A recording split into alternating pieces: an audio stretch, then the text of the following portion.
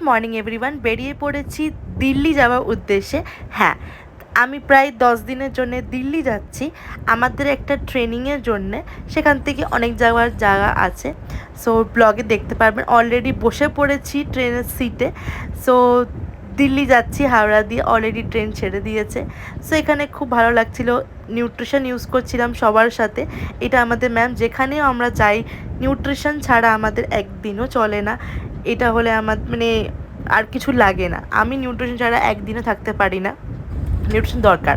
এটা আমাদের senior ma'am. এখানে আমার সব টিম মেম্বার ব্রেকফাস্ট করে নিয়েছি সবাই একসাথে মিলে। তো স্যার, ইনফ্যাক্ট সবাই আমার কেবিনে এসছে, আমাদের সব টিম মেম্বাররা খুব মজা করছি, খুব আড্ডা দিচ্ছিলাম। তো সেখানে কথা, এখানে আমার দুজন খুব প্রিয় দুজন। তো এখানে সবাই মিলে আমরা গল্প করছিলাম যে কী করা যায়, কী হবে, কী করব। তো সবাই গল্প করছিলাম, আমি এখানে নিউট্রিশন ইউজ করছিলাম।